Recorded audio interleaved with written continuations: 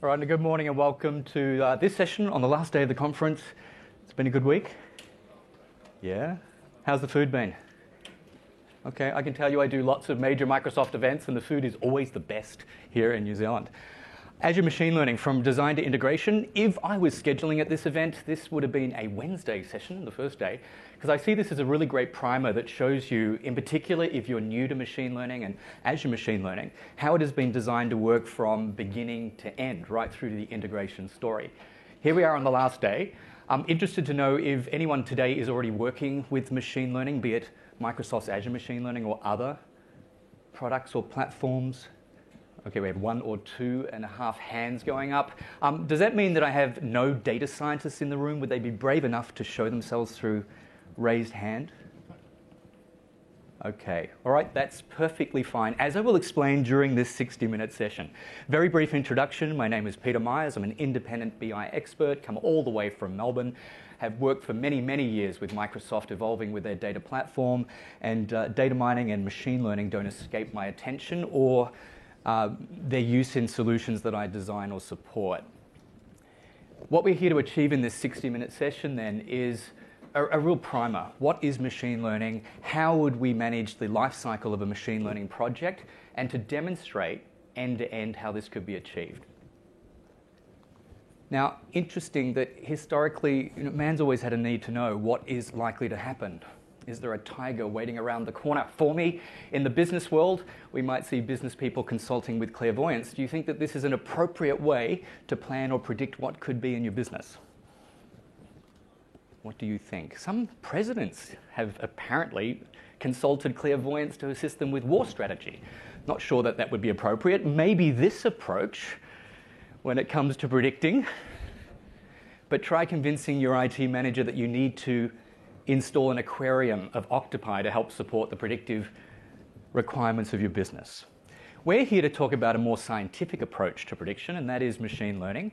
The trusty definition of Wikipedia tells us that it's a subfield of computer science and statistics that deals with the construction and study of systems that can learn from data rather than follow only explicitly programmed instructions.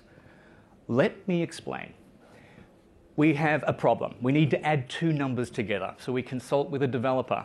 And they decide that we need a function that passes in 2 numbers, number 1 and number 2. And using C#, they decide this is the appropriate solution. Would you disagree? Fairly standard approach to solving that type of problem. Now, if the problem was different, that I now need to predict customer profitability, and we discuss the need for a function whereby we could pass in demographic attributes of a customer, and then we start to develop something in C#, what would the lines of code look like? Would anyone attempt to start writing this type of algorithm? I would hope not. This is not a problem to be solved through programming logic. In fact, it's a problem to be solved by preparing good quality data that represents your customers' rich demographic data, a result of what profit they have produced for you, perhaps in the last 12 months, using some algorithm to detect patterns from that, and then to be able to use that to support predictions. This is machine learning and the topic that I have to share with you this morning. So the flow works something like this. Like in any good project, you need to have a well-defined objective. Moving forward, you need to collect some good quality and good representative volumes of data. You need to prepare that because we're all familiar with the garbage in, garbage out. In particular applies here. If you're happy with garbage predictions, by all means, use garbage prepared data. At this point, we move to the more exciting part about training models. By the choice of an algorithm, by the choice of inputs and outputs and tuning parameters. We typically produce more than one model, looking for the most optimal, the most accurate predictor. And upon evaluating that, we then deploy that. And then it becomes a production resource against which we can query. And then your IT people are going to monitor and manage this to ensure it's doing what it needs to do optimally. And then your developers have the ability to integrate this into some type of solution. Let's talk briefly about the roles. Commonly, when we talk about data mining and machine learning, the data scientist pops up. So let's just acquaint ourselves with the definition here that these people are highly skilled people, they're highly educated, and therefore they're highly paid. That makes sense. All right, so you'll find that there's a worldwide shortage of these people today. So if you're looking for a fail-safe career, we'd recommend that you take a look at becoming a data scientist. The other professional, and perhaps what represents most of the audience before me this morning, is the data professional, someone that's skilled with working with data and solving classic data challenges. So we might refer to these as DBAs, database developers, BI developers. I'd also introduce the role of a software developer who builds applications and may also choose to use machine learning to enhance application experiences with predictive capabilities. So this session is talking to all audiences today. If you fit into one of these, then you're certainly in the right session. The challenges with machine learning then today include that it's very, very expensive from a hardware, software perspective, from the skills that drive this. So commonly there's barriers to entry, that it's larger organizations that can invest and expect some return off that investment. Data might be isolated, so a challenge then could be, how do we bring it all together? Well-prepared data. The more data you can integrate from different subject areas, the richer and more interesting, and perhaps the more stable, therefore more accurate, will be the prediction capabilities generated from your models. Tool chaos. Well, today with classic data mining and machine learning solutions, there's not just one tool that does everything. So you need to be skilled across multiple tools that might prepare data, move it to a whole new system to then start training, maybe a different system to evaluate, and then how do we real-time integrate this with an application? There are enormous challenges, especially with the major products out there today. And complexity comes into all of this. So there are enormous challenges, is the upfront message we have. Let's come back and take a look at what Microsoft's offering will be later in this session. So now with an introduction to Microsoft's more recent cloud-based predictive service, Azure Machine Learning, this is all about predictive analytics in the cloud, enabling professionals such as yourself to, with relative ease, build, deploy, and share advanced analytics solutions. The cool upfront message, and this will be well supported in my demos, is that you only need to be armed with a web browser and internet connectivity. No need to install expensive hardware or software with licenses. And you can potentially do this for free. Available today, there is a free license offer with Azure Machine Learning. It retains a practically unlimited number of files. It uses Azure Storage, so the data that you prepare and the metadata that describes your solutions is all up there in the cloud. And you can access other services like HD Insight, Azure SQL databases, and virtual machines, whereby that is where your data resides, and the machine learning will take place from those cloud sources. So how does it work? There's an Azure portal. Your Azure Ops team may well provision a machine learning service. The data professionals and data scientists will work in the web browser with ML Studio. They will drag, drop, connect, configure to then produce and publish their data mining solutions, or machine learning rather. By the way, I see the words as interchangeable. Data mining is sort of like an older way of referring to it. Machine learning is sort of a newer way. We could get into semantics and argue that they're subtly different, but ultimately they're there to achieve the same outcome. Take data, detect patterns, and typically use them for predictive scenarios. Last story is that there's an API service that will expose your experiments as web services. And then it just becomes a classic developer activity to connect to, issue a web request, and then handle a response in return. Let me switch then into the first demonstration. So wearing the hat of the Azure Ops team, they'll go ahead and provision a machine learning workspace. So as simple as this. I'm going to call this, Ignite NZ. That one seems to be free. We have 3 locations today where machine learning is supported. So the closest to us will be Southeast Asia. And then it also needs Azure Storage for its data and metadata. Okay, somebody has that one. I would prefer that they both have the same name. And then right up there in the cloud, we're having a workspace created. As simple as that. The next step would be to go ahead and grant permissions to the appropriate people within the organization that can collaborate and work together within that workspace. So the remainder of this session then is to work through that life cycle to solve a particular problem. Let's start by defining an objective. Of course, it's important in any project And so I've chosen the topic of predicting customer profitability. And to provide a little bit more detail, the context would be that we're looking to deliver targeted display advertising on our e-commerce website. This would be to present relevant product suggestions with the aim of increasing sales and therefore profitability. With that objective in mind, we'll move to the next stage, which is collecting data. So it's very, very important that you have sufficient volumes of representative, up-to-date, clean data. Your data can come from internal, external, different formats, and the more data you can combine, the richer you make your data sets, and the more likely, the more interesting and reliable the predictions will be.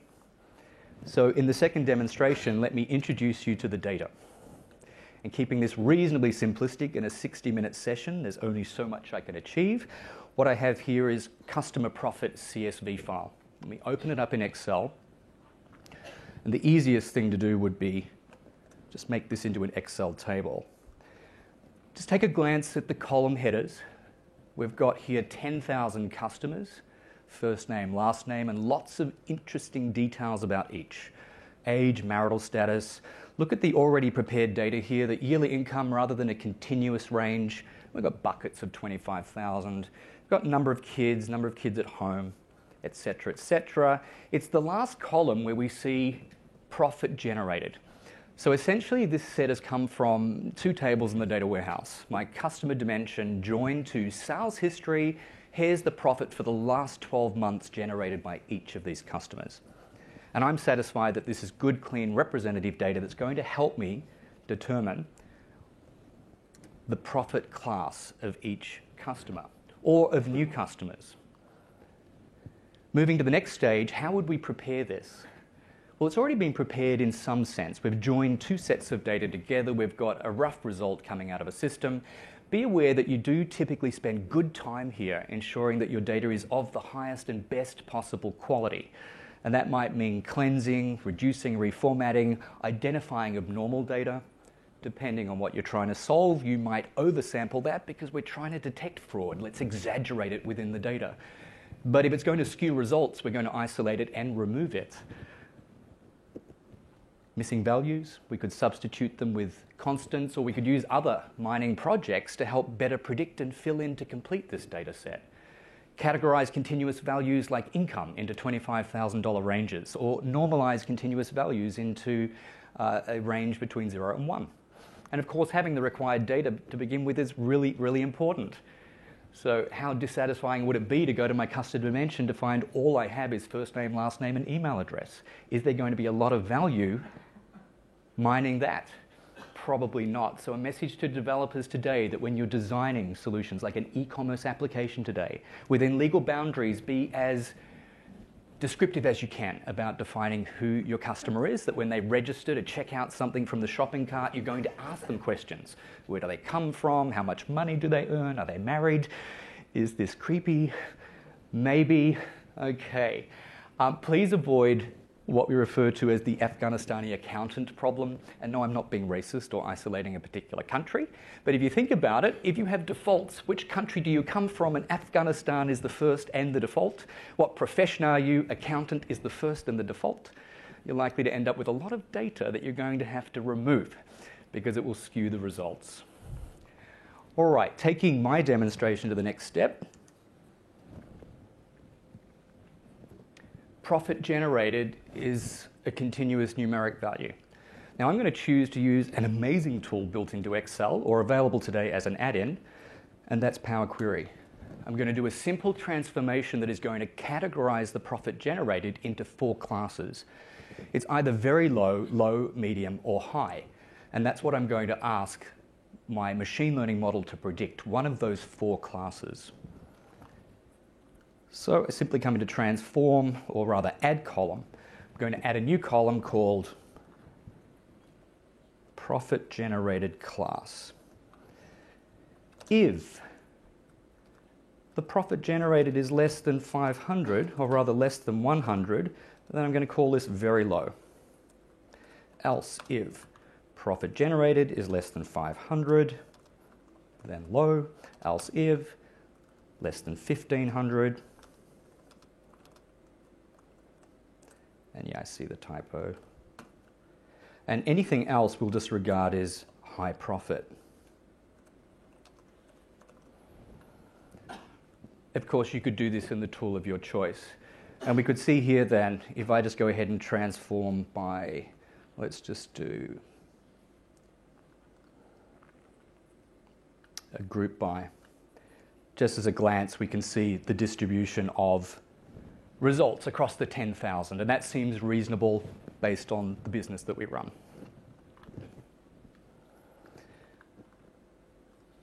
So when I close and load, it loads the transform result back into Excel, and I'm simply going to go ahead and file save as, back to my assets folder, but as a CSV document.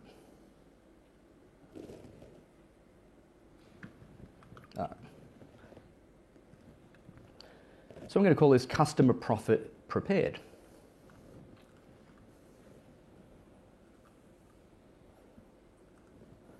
And I can close the Excel workbook.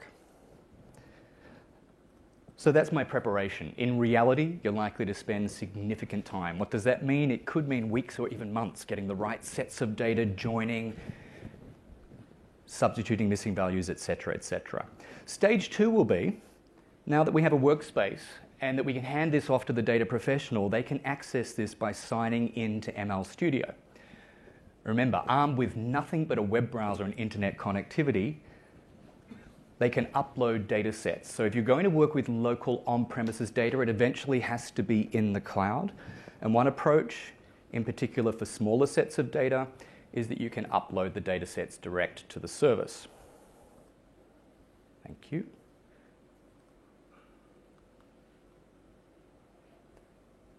Yes. You have overstayed your welcome. Please disappear.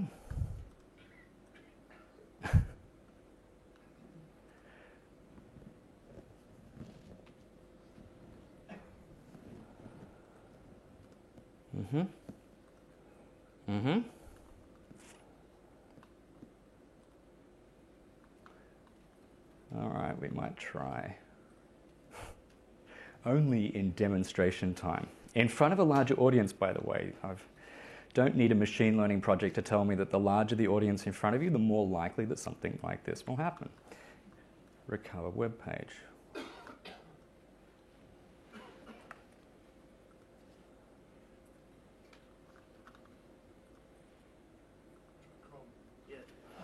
Try Chrome is the suggestion. Would you believe I don't have it installed? Ah, goodness me. All right.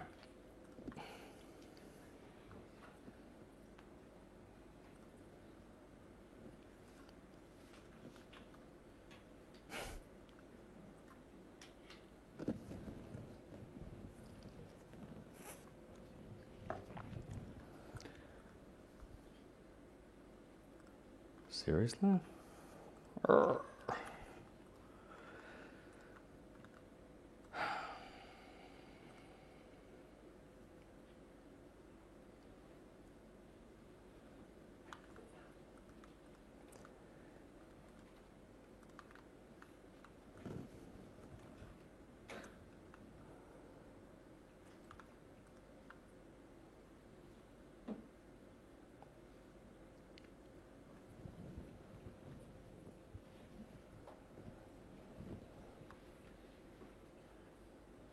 What was I saying? Armed with nothing but a web browser and good internet connectivity. Let's take a second go at this. So returning to machine learning, open up the workspace, sign into ML Studio. That's what I'm expecting to see. All right, left-hand side, data sets. There are currently none in the workspace. As we'd expect, I'm going to upload a local file.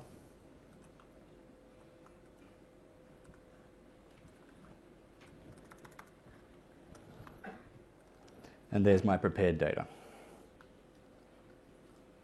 As simple and straightforward as that. All right, that completes the demonstration on preparing the data for machine learning. So that involved also uploading a local file to the service. Moving then to the more involved part of training and evaluation. To me, these belong together because you're going to find that it's an iterative process. We don't just train one model, we might in fact train dozens of them using different sets of data, different filtered sets, different input columns, different algorithms, different tuning parameters, ultimately to arrive at the most reliable, accurate, and useful result. Okay, so model evaluation is critical, and we will determine this through accuracy, reliability, and usefulness testing. Let's take a look at how I can achieve this in demonstration. And aptly, we refer to it as experimentation. So first of all, we can confirm that we have a data set uploaded. That looks great. So now I can begin to perform experiments. And so I'll go ahead and create a new experiment. And when I do, a whole gallery pops up. So if you are new to the concept of machine learning, and perhaps you can find within the gallery something that closely matches the problem that you're there to solve with your own data, there's a great starting point. So there's an entire community around producing libraries of resources for reuse. Today, I'll be working with a blank experiment. And the first thing you do, and it's not obvious, but up here is the experiment name. So it's going to be to predict customer profit class. And what you see here is a blank canvas whereby I can drag, drop, connect, configure to experiment with the data.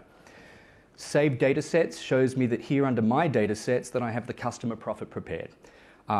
The other alternative is that I could use a reader, and the reader would allow me to bring in data from any web URL, a Hive query, so that it'd be big data querying, SQL Azure Database, Azure Storage.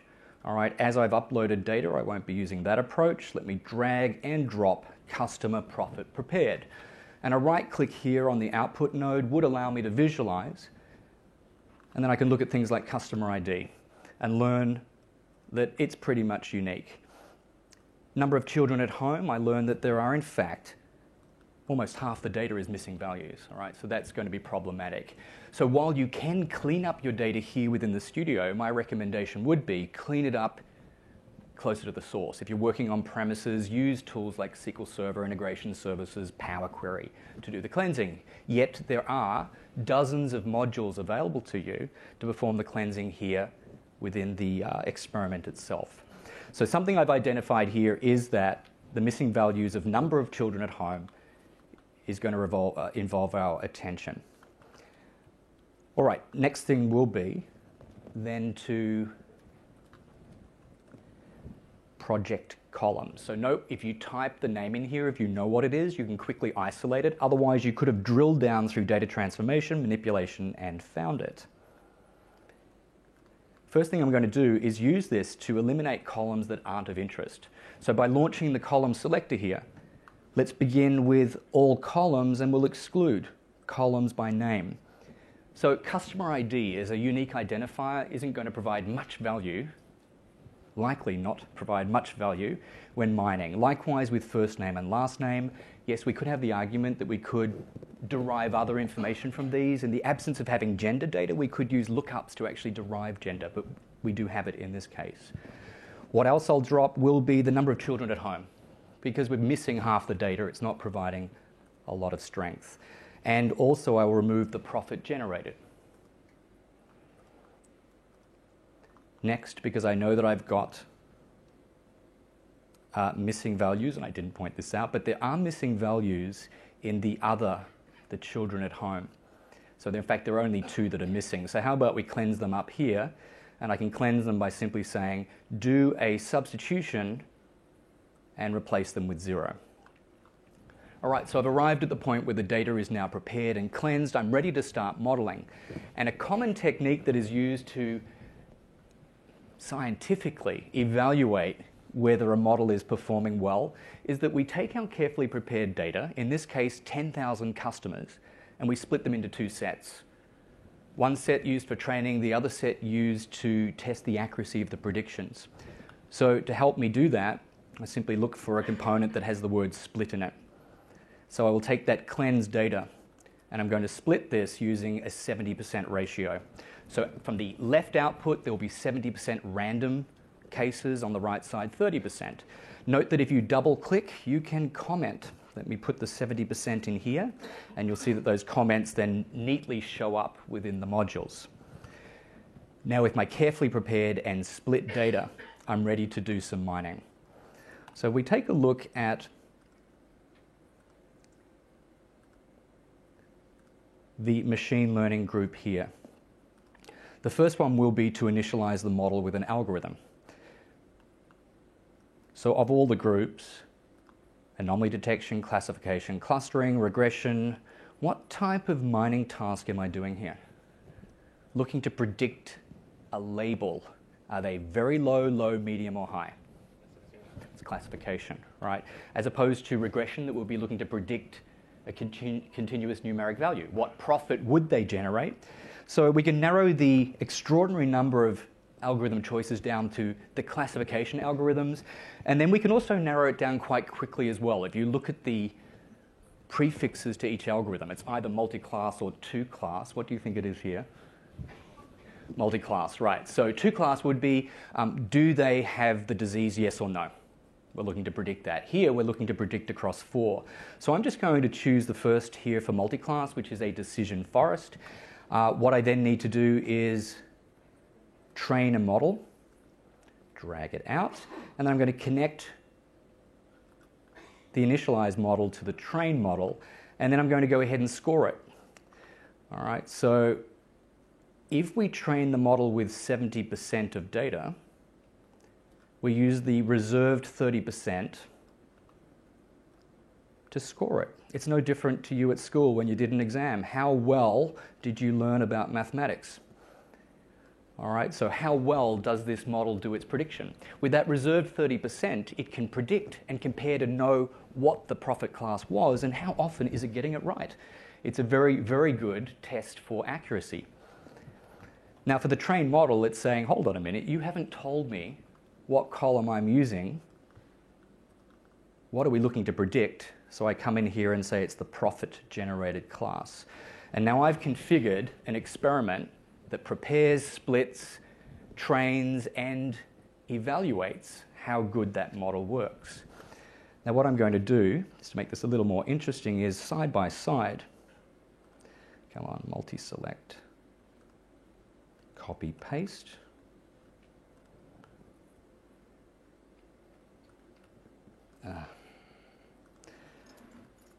That's what I'm looking for. Let's just copy in another train model and the score, and take that 70% of data and train the model, but this time using a different algorithm. Let's use a multi-class neural network. Now for the data professional, it may not be so important that you know what a neural network is or what a decision forest is. Of course, you probably want more detail. Note that by clicking the module, you'll always be provided a more help link in the bottom right corner, and that takes you straight to the online documentation. Now, the reason that I say that you may not necessarily need to know how it works is that you should just in certain times be satisfied that it produces a verified, testable result. All right, so we'll learn here that this algorithm has numerous parameters that you could use to tune. And the recommendation is that by default, they're usually good settings, but as part of your experimentation, you may choose to play with these. And if I increase this parameter value, does it in fact increase the accuracy that we can measure? All right, so I'm going to keep the default settings at this stage. The last thing I'm going to bring in is an evaluate. This allows me to compare 2 models side by side. So let's take the score of the left-hand side with the decision forest and compare it to the right-hand side with the neural network. So here through drag, drop, connect, configure, I have an experiment to train 2 models and then to determine which is the most accurate. Let me go ahead and run this. Now, this is the first time that something is now processing in the cloud service. We've used a desktop experience with a browser, drag, drop, connect through some amazing HTML5 designer experience, and now if you notice in the top right corner, it's running. It's using that data, it's looking for patterns, it's going to score them and then perform an evaluation. Let's see what happens.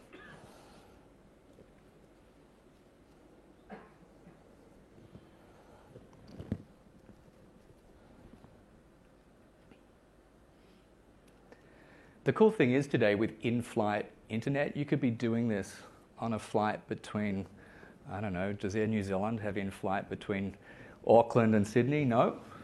Okay. Well, in the US it works well. Between Seattle and New York, I could be doing this without the need to install, configure any hardware or any software. Can I change the neural network? If I want to tweak it, there's several things I could do here. I could select the current one and I could tweak its parameters, or I could delete it and I could substitute it in for another of the classification algorithms. All right? Or what I'm likely to do is just bring in many, many, many. So I don't want to demonstrate that because A, I don't have time, but B, it scares people. You'll open up some of the experiments in the gallery and there's literally hundreds of modules. But then when you see the pattern that it's actually a repeat, many repetitions, because there's many models. There could be up to a dozen or more models in that single experiment. All right, so looks like it's done its job. All looks good. If I do a right click here on the evaluate, we get a visualization that allows us to compare side by side, left-hand side with the decision forest, right-hand side with the neural network. And what I'm looking for here is what is the overall accuracy? We've achieved a 72% accuracy, and the matrix here tells us how often is it getting each of the classification predictions right. You don't need to be a data scientist to interpret this. So 72.6% for the decision forest. In comparison, we see an improved accuracy here with the neural network. All right, so for the case of keeping things simple with the time constraints I have, we're going to arrive at the immediate decision that the second one, the neural network, is the one that we're satisfied to deploy into production. There I've demonstrated for you the process of experimentation. Publication. So in order to publish this, essentially what you're looking for is a web service that behaves as a function. Remember, my function is going to have as inputs demographic attributes. As an output, it's going to provide us a classification. This particular customer is a high profit generating customer. So we need to prepare the experiment for publication, and this involves more work within the experiment and then publishing to the web service. So let me go ahead and show you how this is going to happen. That's it. This is sort of the fun part. So when you've arrived at the decision that it is in fact this model here is the one that I would like to deploy. So watch this closely. When I go ahead and down here I set up as a web service. No, I don't. I select this. I should have the option. I'm sorry, I'm going to have to run this again. I should have a different feature highlighted there. Let me just run this again. I need to prepare this with a scoring experiment, and it's not giving me that option for some reason.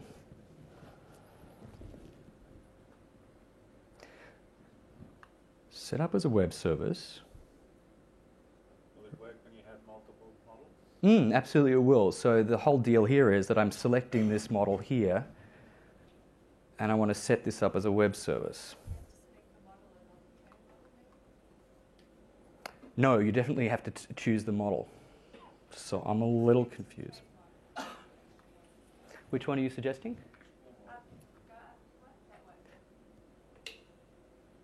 No. No, and I'm pretty sure it's actually the model. So I am a little confused. You know, I ran through this again last night, and let me tell you, this service changes frequently with improvements, and so you always have to make sure that they haven't moved something or renamed something. What I might do is just return.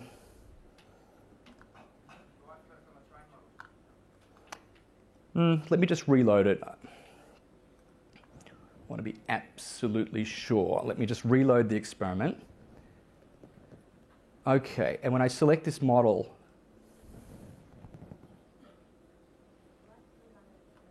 you reckon I right-click on this? Shouldn't have to. I did this last night, and there was an option here that said set up scoring experiment. So I'm not sure why it's disappearing. What is the recommendation or suggestion I'm getting? Well, the scoring experiment should do that for me automatically. And this is the beautiful part. The animation here is amazing. Somebody has spent all this time, and I would love to show it to you. So if I save this as a trained model, that's fine, but it's The process that I'm describing to you is supposed to do this automatically. How does it know which one you've chosen? Well, because it's in focus. So there's that one, and then there's this one. What if I say predictive web service? Let's just see what happens. No, it's creating the web service, and it shouldn't. Oh no. Okay, that's doing what I want it to do, but I swear, last night it was called something very different. And what it should have said was, you want to create a predictive experiment or a scoring experiment, and this is precisely what it's done. All right, so I'm back on track with the demo. What it's added is a new experiment, and we can toggle between the two. There it is. We now have an input. So when you call a web service, you need to pass something in. So think of that as the input parameters of a function, and then we have the ability to look at it from two perspectives, but we also have an output, and we can add more. There's now a trained model, and I don't want to run the experiment yet. So let me describe what's going on here. Here is the input like a function call. We need to pass in demographic attributes. It then calls the project columns, and then it has transformed the scrubbing into a transform. So basically what it's doing is it's creating a reusable module that if you need to scrub and replace missing values, you can reuse this across other experiments, and then it uses an applied transformation for it. There is now a trained model of which we then can do scoring. So here's the thing, this isn't quite clear, but I need to make a couple of subtle changes from what it's done automatically. And the reason for that is that my project columns, when we're training an experiment, needs to know what the profit class was.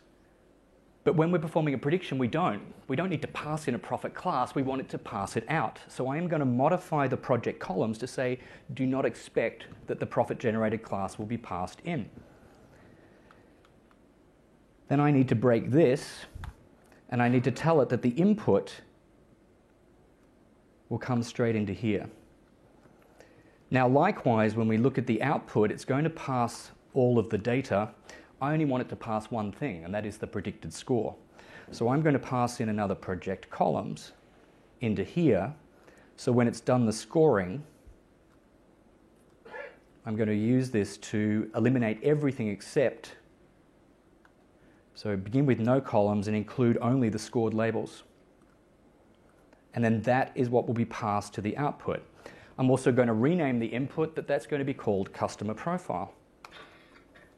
And the output will be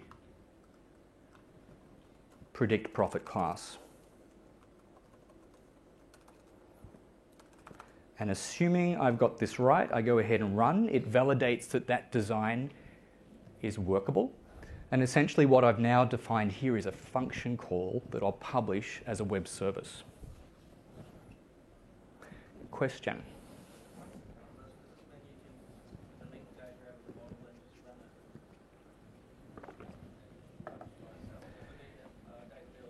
So does it need the data there all the time? No. So now that we have a trained model, and the trained model you will see, where is it? Here. Every time you perform a prediction, you don't need to train the model. All right, you simply need to use the trained model that has used the data in the past. And that training, by the way, could take hours of time to arrive at a fully trained model. Predictions we want to happen sub-second. All right. So I need to work out what's going on here. I think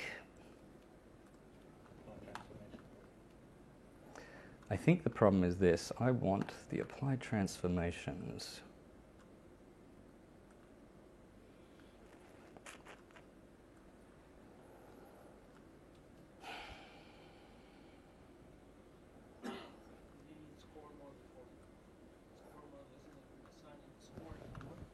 The scoring side is fine. What I might do at risk, and I hope I don't upset this, I had this issue last night. So I have my standard demonstrations, and when I ran through them last night to make sure they work, it's changed the order in which it does things, and it took me a couple of minutes to work out what it did. But I found out the order here was that it needed to eliminate columns here first, so that the input here would have the right columns. Let me just have a quick think about this. if I remove the transformation entirely, just to keep things on track, let me see what happens.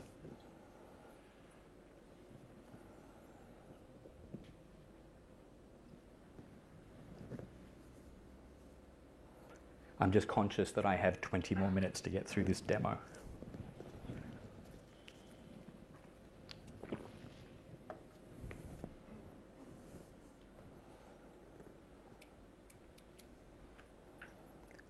All right, and once it gets to run through this,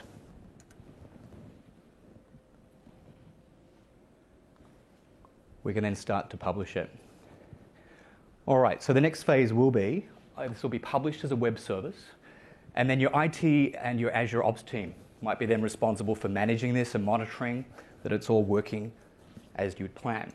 So let me show you then that I've come back to the experiment, and we can see that it's finished running, so it's validated the design works, and then I'm going to deploy this as a web service.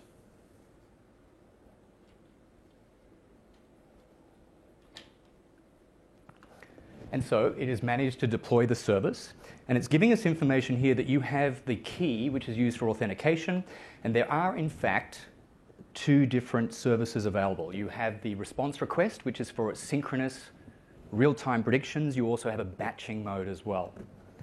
What I'm going to do is demonstrate from the Azure Ops team perspective that they can manage the web services. So it might be the data professionals and the data scientists that publish them, but it well could be the Azure Ops team that will be here monitoring, but also managing the scale. And I'd like to point out here that when you configure an endpoint, and you may have multiple endpoints for scalability, you can achieve up to just short of 5,000 predictions a second. That is the service level that is being offered here.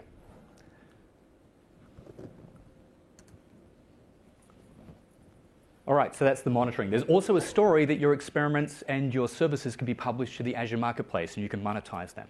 So if you've got some valuable data and you can add some value by creating prediction services on top of this, you can sell it all through this infrastructure. All right, so that was managing the web service. The last topic, and the more involved one, is how can you integrate this within an application experience? And I've just pointed out to you that when you publish, you get navigated across to a page that shows you that there are in fact two services, the request response and the batch. Ultimately, what it comes down to is that a developer, providing their application has internet connectivity, that it's got support for SSL, and you've got the OData endpoints and API key and the ability to parse JSON, then you've got everything you need to embed predictive capabilities into your application. Let's take a look at this in demonstration. So here I am back at the page that represents the service. I can show you here with a test button that there is an ability to just do a test by passing in things like age, marital status, and so on. All right, and that sort of proves that the interface we've defined is working. We eliminated that customer ID, first name, last name are removed. We also eliminated the need to actually pass in the profit class because, of course, that's what we're looking to have passed out. So with the focus on the request response, here is the complete documentation that you could pass off to a developer that has web programming skills. Here is the endpoint to the service. Here's all the details about what the request header will need to look like. There's the JSON template, and the response is going to deliver JSON like this. And then you have code here in C#, Python, and R. So what I'm going to do is take all of the C code and copy it. And I'm going to switch across to a Visual Studio application here that's really a test application to show how we could integrate this into a web application. So let me go ahead and just increase the size here. Simple. Of course, in a real e-commerce application, you're not going to ask them these details. It would be a lookup against the currently authenticated user. All right, so I'm switching into developer mode now. And here I'll show you that the web page has a method called submit click.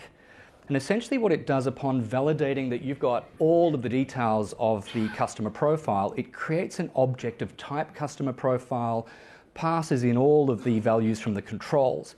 And we're at this point here, we want to take that data and pass it to the service and have it predict what type of profit, very low, low, medium, or high. The result of this will be in the web application that we have images, and I've kept it very simple intentionally. we have 4 prophet classes and 2 genders. So there's 8 possible images based on your gender and prophet class. We're going to show you a particular advert that would be appropriate for your spending levels. All right, so I'm going to have to add an entirely new class to the project, and that would be Azure Machine Learning. And remember how I copied all of this.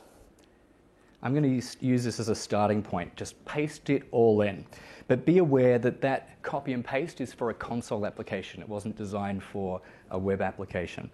And the first thing that we'd notice here is that there are some missing references. And in fact, the comments up here say that you need to install a package from NuGet.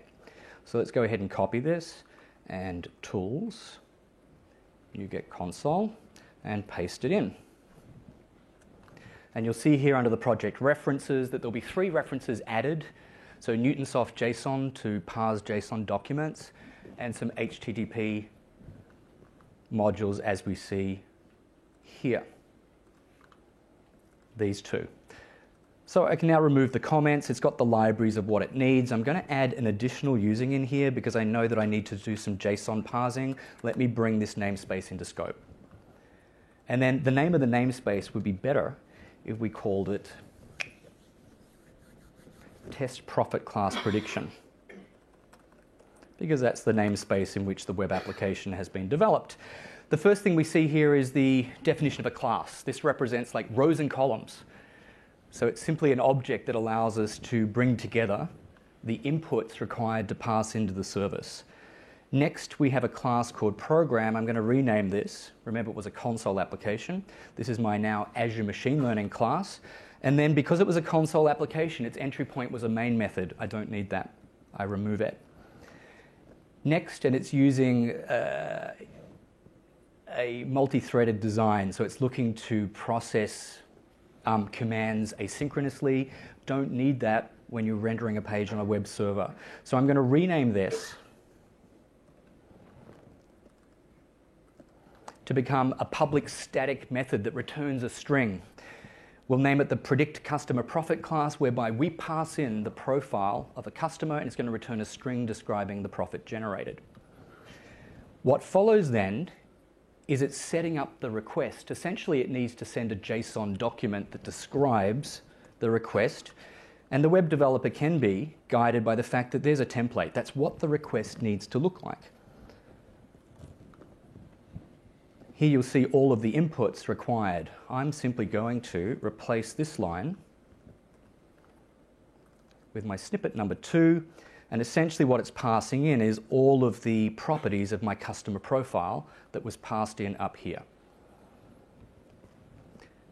What follows next is to authenticate with the service, it needs to know your unique key for that web service. Switching back. I copy this to the clipboard and I just paste it in. Of course, you would put that in a config file. Anybody that has that key then has the ability to work with the service. And then you'll see the base address is the complete URL endpoint to your web service. So essentially what's been developed is the request object that needs to be made against Azure Machine Learning API service. I'm going to remove the await keyword here and switch this to the result. So I'm not a multi-threaded programming developer. I just know that because this is all going to render on a server, I don't really need to work with multi-threaded design. So I have been guided by colleagues that say this would be an appropriate approach. All right, that is getting the request up to the service. What is going to come back, all going well, is a response. So let's start to work with the response. And the first thing that the template code does here is determine that it's been a successful request. So up front, what I'm going to do is replace all of the code here that if it isn't a success, we're just going to simply return the word error. And now let's focus on what it is required to deal with the response. So first of all, I'm going to change the variable because what comes back is a JSON document that describes the prediction. And now in this variable, I have a string that is that JSON document. What does it look like? Let's consult the documentation. the response that comes back will look exactly like that. So it is, in fact, a string, but it's very painful for a developer then to parse this string trying to find a particular value in there that in this case would be right here. All right, so what I'm going to do is copy this, return to the project, and then I can edit, paste special, paste as JSON classes. So what it's done is it's taken that template and it's provided me a series of classes that I can work with programmatically. Let's make that look a little nicer.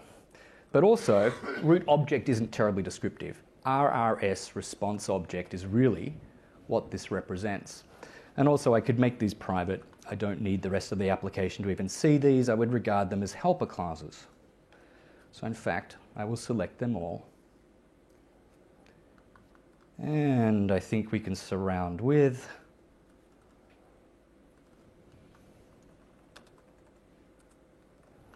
so there's the helper classes that will help me work with that JSON response.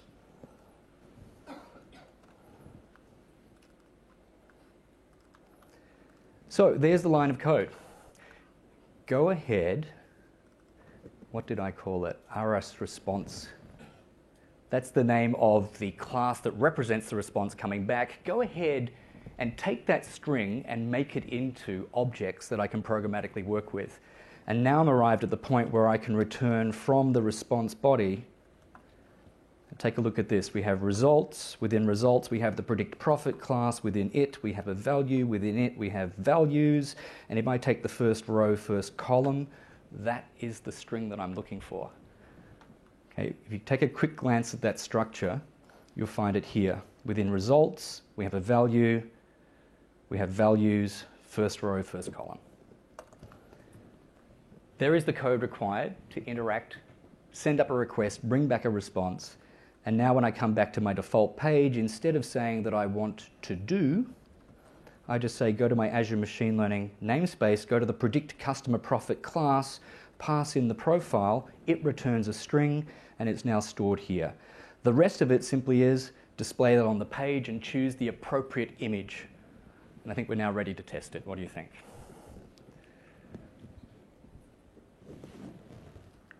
All right, let's imagine that a customer browsing our website happens to be a 45-year-old male that is married, that has high income, 2 kids, still living at home, graduate degree, works in management, owns a home, lives 5 to 10 kilometers. Submit. Fingers crossed. Communicates with the service, brings back a string, and renders it into the web page. All right. Thank you. But let's continue to explore. Perhaps they're not as well educated and employed, they're earning less money. Would that matter? And according to the service, that person's likely to generate a profit that isn't high, but is still thinking about it. What did I mention? 4,800 predictions a second can be achieved. All right, for someone that meets that criteria, according to the history of data that we have, your spending levels are likely around this level. It's still red, it's still sexy, but 2 wheels instead of 4. All right, let's continue to explore. How about someone in a clerical role with high school education earning a lower income, perhaps with no kids?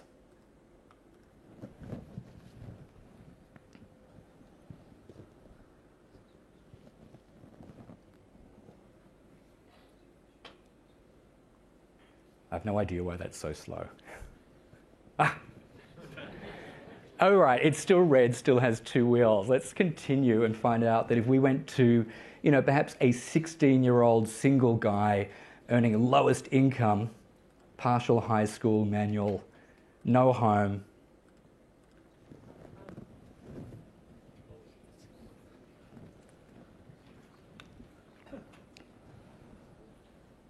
Still low?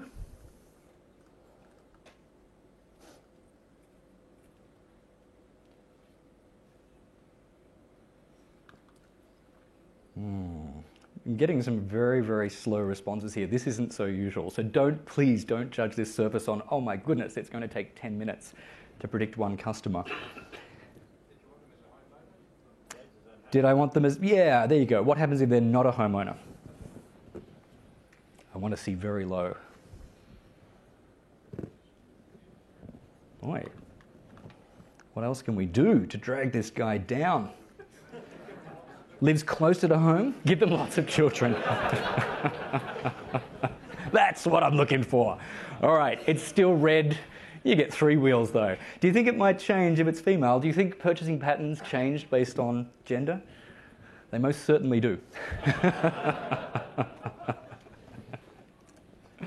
All right, let's wrap up then with a summary. Business scenarios, and what we're here to describe to you is that machine learning, as a popular field and discipline within computer science, but often feared by developers, the message here today is that machine learning has in fact 2 disciplines. There's machine learning where you're going to be involved in the nuts and bolts and the mathematics and statistics that go behind it, and yes, you'll need to be a data scientist to work with that. But there's also applied applied machine learning, as I've demonstrated to you today, that a data professional or a developer can work relatively easy with this cloud service. I don't need to know what a neural network is or how it works. I just need to be convinced that it produces a value add to my data. And I've tested that through scoring and evaluation. I can see a 72 or 77% accuracy on prediction. Why wouldn't I want to use that somehow in an application? All right, so machine learning from applied perspective is in reach for you today. So imagine the potential. I've demonstrated ad targeting, but churn analysis, who's likely to leave you? Do you know it's more expensive to find a new customer than to retain your existing customers? Detect who they are. Offer them an incentive to renew. Image detection, classification, equipment monitoring, huge area to minimize costs. Why do we maintain equipment that doesn't need to be maintained? And why do we have production lines go down because equipment was about to fail and we didn't know about it? So IoT and machine learning go hand in hand with the potential to reduce millions of dollars in unnecessary maintenance and downtime. Recommendation engines, people that buy this with that, forecasting, spam filtering, fraud detection, anomaly detection. So in summary, what I've demonstrated to you and described to you with Azure Machine Learning is that you have a cloud-based predictive service. You can provision workspaces with relative ease and at no cost for personal experiences. Machine Learning Studio allows you in a web browser to drag, drop, connect, configure, and you may work against data that's in the cloud, big data, Azure SQL databases, virtual machines, or local data that's been uploaded. When you publish your experiment as a service, then it opens up the world of potential. Anything that has internet connectivity that can authenticate, work with SSL and JSON, can consume and embed predictive results into their experiences. All right, so what Microsoft offers is cloud-based machine learning, faster towards solutions, world-class, best-in-class algorithms available to you through drag drop, and you only pay for what you use. The more scale you need, the more you pay for that. Basically, you're paying for the processing time of your experiment and the number of predictions, and it's all well described transparently on the Azure pricing website. In summary, you've learned that machine learning is a subfield of computer science and statistics that deals with the construction and study of systems that will learn from data. The key attributes of Azure machine learning is that it's fully managed. Don't need to install anything. It's integrated with drag, drop, connect, and configure, best-in-class algorithms. I haven't described this, but R and Python can be embedded as well. If you have investments in these, you can quickly surface your R solutions as web services within minutes. And then you can deploy also within minutes and even operationalize and make money through the marketplace. This is a service that I believe is now approachable to developers. Wrapping up with resources, fair number of resources here, including the pricing is well worth having a look at. I don't have enough time to go through that with you right now. Take a look at the gallery. Maybe that someone's produced a solution that's very like the one you need to produce, so start learning from it today. There's only one book that I found more recently, so that was a good read that provided a chapter for specific case studies, and I found that very, very informative. And lastly, if you don't believe anything that I say or you're not trusting in machine learning, Paul the Octopus and his website's available here at Wikipedia, although sadly I think he passed away a couple of years ago. All right, classic Microsoft resources. I'll leave you to search those on your own time. Please take the time to submit an evaluation. We find that very useful to know what your thoughts were and how we can improve experiences for the future. I will then thank you for your time and attendance and for attending this session. Thank you.